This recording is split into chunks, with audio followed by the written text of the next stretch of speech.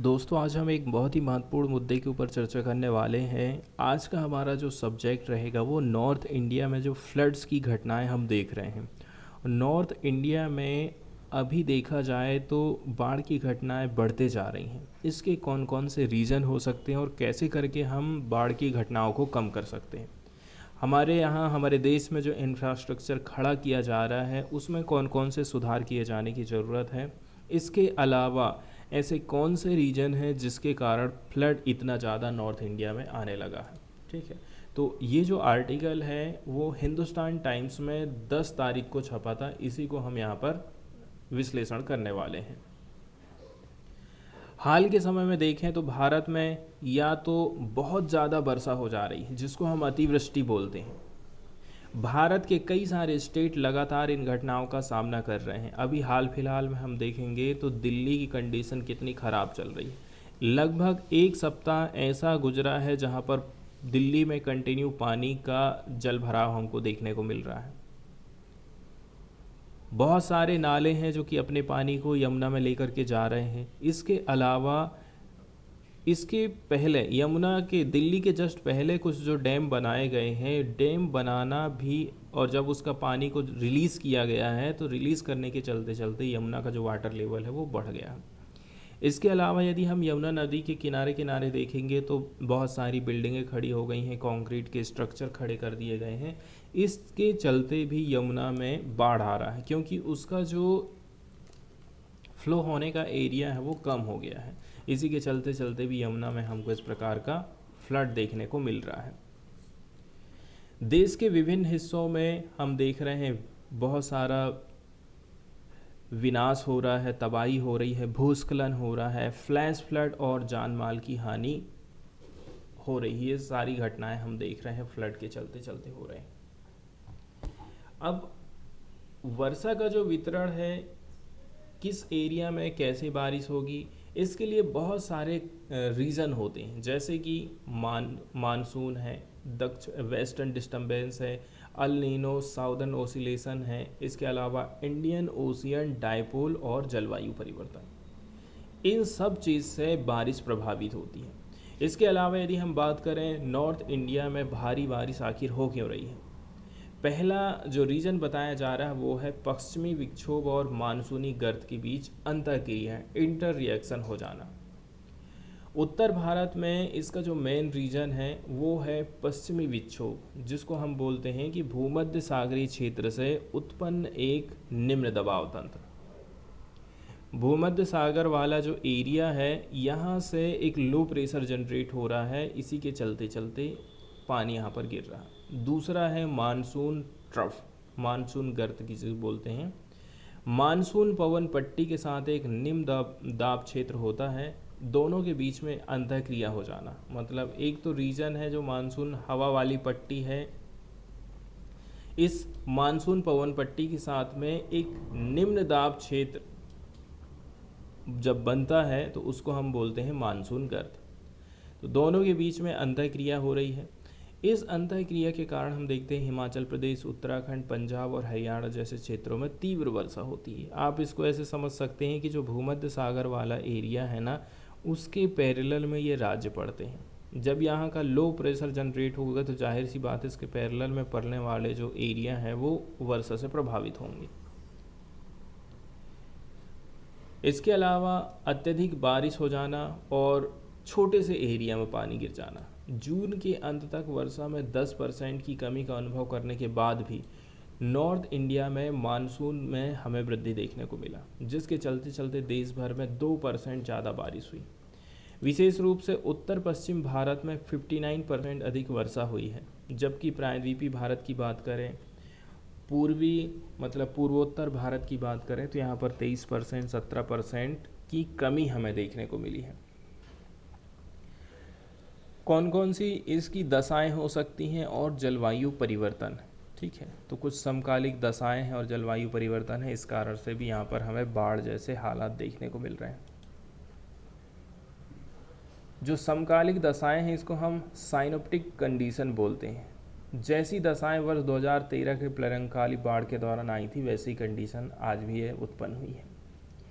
इन condition में एक सक्रिय मानसून तो एक सक्रिय मानसून के साथ ही पूर्व की ओर आगे बढ़ते गर्त के कारण उत्पन्न ऊपरी स्तर का विचलन है।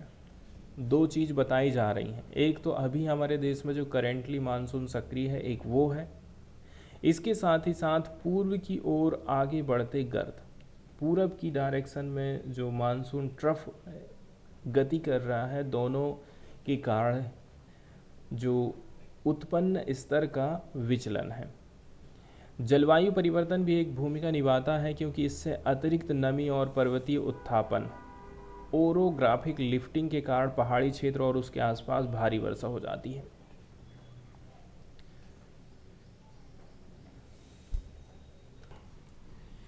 यहाँ पर जो है ओरोग्राफिक लिफ्टिंग के बारे में हम देख लेते हैं। ओरोग्राफिक लिफ्टिंग होता क्या है? ओरोग्राफिक लिफ्टिंग के अंतर्गत क्या होता है, जब हवाएं पहाड़ी की तरफ में चलती हैं, पहाड़ी से टकराने के बाद वो ऊपर उठते जाती हैं और हम जानते हैं कि जैसे जैसे हाइट बढ़ते जाती है तो जो टेम्परेचर है वो डाउन होते जाता है।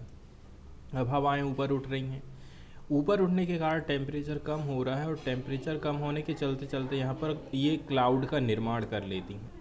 ठीक है, तो इस प्रकार से हम देखते हैं जब क्लाउड का निर्माण हो जाता है तो फिर भारी बारिश हमको देखने को मिल जाती है।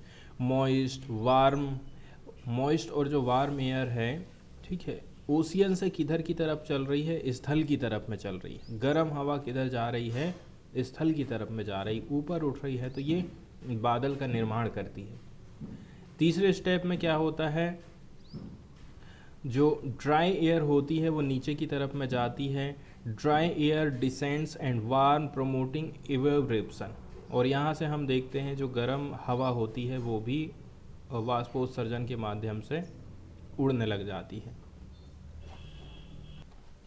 इसके बाद अगली जो घटना हम देखते हैं क्लाउड बर्स्ट की होती है। क्लाउड बर्स्ट के अंतर्गत क्या होता है, बादल फटना एक स्थानीय घटना है, पार्टिकुलर एरिया में घटित होती है यदि देखेंगे तो, ठीक है, लेकिन काफ़ी तीव्र वर्षा वाली गतिविधि होती है। बादल फटने की घटना तब होती है जब कम टाइम में बहुत ज़्यादा पानी गिर जाए। कभी कभी ओलावृष्टि और गरज के साथ जैसी घटनाएं हम देखते हैं जो बाढ़ की स्थिति पैदा कर देते हैं। बादल फटने से बड़ी मात्रा में पानी तेजी से गिरता है। एग्जाम्पल के लिए 25 mm वर्षा 25,000 मीट्रिक टन प्रति वर्ग किलोमीटर के समान होती है। बादल फटना बहुत बार बार नहीं होता है क्योंकि वे केवल ओरोग्राफिक लिफ्ट के माध्यम से ही होता है, या फिर कभी कभी जब एक गर्म हवा का पार्सल ठंडी हवा के साथ में मिलेगा जिसके परिणाम स्वरूप अचानक से संघनन हो जाएगा। ठीक है, लगभग 10 बाई 10 के एरिया में 1 घंटे में 10 सेंटीमीटर या फिर उससे अधिक की वर्षा हो जाती है, तो इसको हम बादल फटना बोल सकते हैं। इसके बाद हम देखते हैं कि बारिश को कौन कौन से कारक प्रभावित कर सकते हैं। पहला नंबर का जो कारक है वो है मानसून। मानसून कुछ नहीं होता है, कुल मिलाकर के स्थल से समुद्र की ओर और समुद्र से स्थल की ओर चलने वाली हवाएं हैं जो कि टाइम पीरियड पर चलती हैं। ठीक है, इन्हीं हवाओं के चलते चलते हमारे देश में वर्षा होती है। अब यदि मानसून अच्छा रहा तो हम कहते हैं कि बारिश अच्छी रहेगी। यदि मानसून ठीक ठाक नहीं आ पाता है तो हम कहते हैं कि बारिश अच्छी नहीं होने वाली है। तो मानसूनी पवनें भी जो है भारत में मूसलाधार बारिश का कारण बन सकती हैं। आमतौर पर देखा जाए जो मानसूनी पवनें होती हैं वो जून से सितंबर माह तक चलती हैं, जहां जुलाई और अगस्त में अधिकतम पानी गिरता है। भारतीय मानसून की बात करें तो बंगाल की खाड़ी और अरब सागर के बीच जो पानी है टेम्परेचर में अंतर आ जाता है, लो प्रेशर जनरेट होने लगता है। इसी के चलते चलते हमें बारिश की घटनाएं दिखाई देती हैं।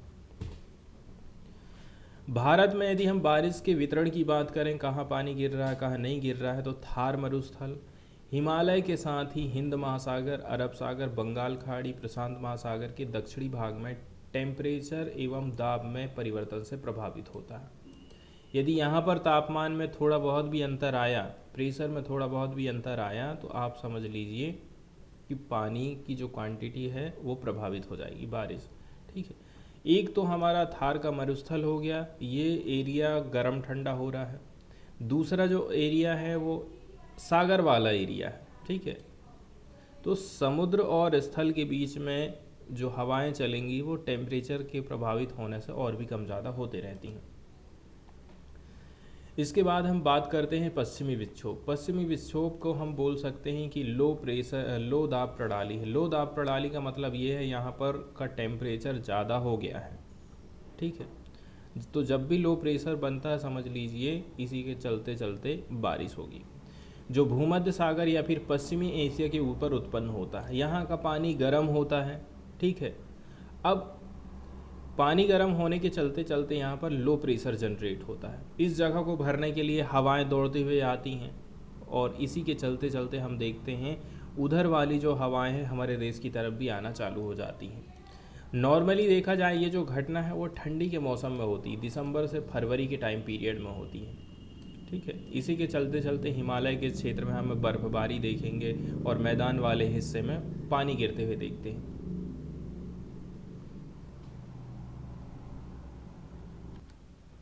इसके बाद हम बात करते हैं एनसो क्या होता है। एनसो कुल मिलाकर के जो भूमध्य रेखीय प्रशांत महासागर है, भूमध्य रेखा में खड़े होके अभी आप प्रशांत महासागर को देखते हैं कि कहाँ कहाँ पर इसका फैलाव।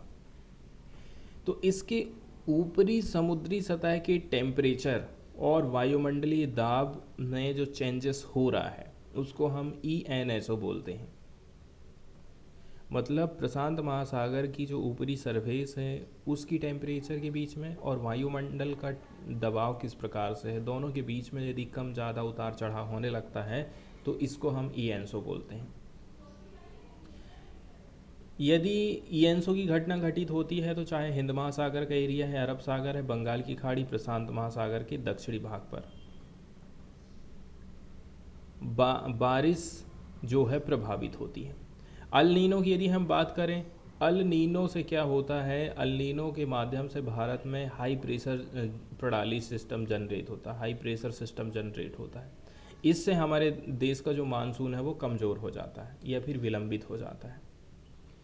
ला नीनो हम किसको कहेंगे, ला नीनो के चलते चलते भारत में एक लो प्रेशर जनरेट होता है और मानसून के उभार को प्रबल या फिर उन्नत करता है। तो इसीलिए तो कहते हैं कि ला नीनो और एल नीनो ना किसी भी देश की वर्षा को प्रभावित कर सकती है। एक चीज़ और हमें समझना है, IOD।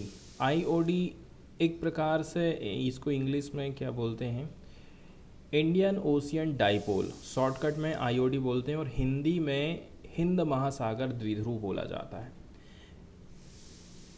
IOD जिसको भारतीय नीनो भी कहते हैं, मतलब अल नीनो के समान ही एक घटना होती है जो पूर्व में इंडोनेशियाई मलेशियाई तटरेखा और पश्चिम में सोमालिया के पास अफ्रीकी तटरेखा के बीच हिंद महासागर के अपेक्षाकृत छोटे क्षेत्र में ये घटना घटित होती है। कहाँ कहाँ पर, इंडोनेशिया, मलेशिया, पश्चिम में सोमालिया।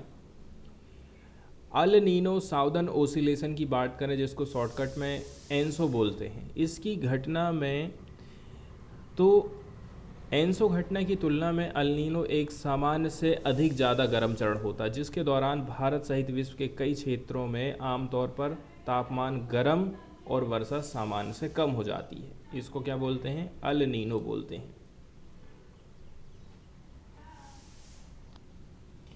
इसके बाद हम चलते हैं और देख लेते हैं कि बाढ़ से निपटने के लिए भारत सरकार ने कौन कौन सी पहलें करी हैं। पहले नंबर की जो पहल है वो है national flood risk mitigation project है, राष्ट्रीय बाढ़ जोखिम शमन परियोजना। इसका उद्देश्य ये सुनिश्चित करना है कि कमज़ोर समुदायों के बीच जागरूकता पैदा किया जाए। इसके साथ साथ में आपदा से राहत, पुनर्वास, पुनर्निर्माण, पुनर्प्राप्ति के लिए संसाधन और क्षमता जुटाने की व्यवस्था करना। फिर आता है NDMP, तो इसके अंतर्गत रोकथाम करना, कोई भी प्रॉब्लम आई है, समस्या आई है, तो कहीं बाढ़ आई है तो उसकी रोकथाम करना है, उसकी शमन, तैयारी, प्रतिक्रिया, पुनर्प्राप्ति और पुनर्निर्माण के लिए दिशा निर्देश जारी करता है। फिर आता है NDMA, national disaster management authority. इसका अध्यक्ष होता है प्रधानमंत्री और भारत में फ्लड यदि आया है कहीं पर तो उसके लिए सबसे टॉप जो बॉडी रहेगी वो कौन सी है, NDMA रहेगी। इसके अंतर्गत भी नीति बनाई जाती है, योजना बनाई जाती है, दिशा निर्देश तय किए जाते हैं। इसके अलावा आता है IMD, Indian meteorological department time time पर दिशा निर्देश जारी करते रहता है कि कहाँ पर पानी गिर सकता है, कहाँ पर बाढ़ आ सकती है, तो यहाँ पर आपको मछली पकड़ने नहीं जाना है। तो भारी वर्षा, फ्लैश फ्लड, भूस्खलन, क्लाउड बर्स्ट के लिए चेतावनी और सलाह भी आईएमडी जारी करता है। फिर आ जाता है केंद्रीय जल आयोग। केंद्रीय जल आयोग टाइम टाइम पर नदी और जलाशयों के वाटर लेवल की निगरानी करते रहता है और बताते रहता है कि कब पानी को छोड़ना है, कब इसको रिलीज़ करना है, कैसे करके रिलीज़ करना है। इसके अलावा नेशनल रिमोट सेंसिंग सेंटर भी बनाए गए हैं, जिसको राष्ट्रीय सुदूर संवेदन केंद्र बोला जाता है। ये बाढ़ की निगरानी करता है, उसका मैपिंग करेगा, कितना नुकसान हो सकता है। इसके अलावा राहत योजना के लिए उपग्रह आधारित जानकारी भी देता है। इसके अलावा ये बाढ़ आप्लावन मॉडल, फ्लड इनुडेशन मॉडल और बाढ़ जोखिम मानचित्र भी डेवलप कर सकता है।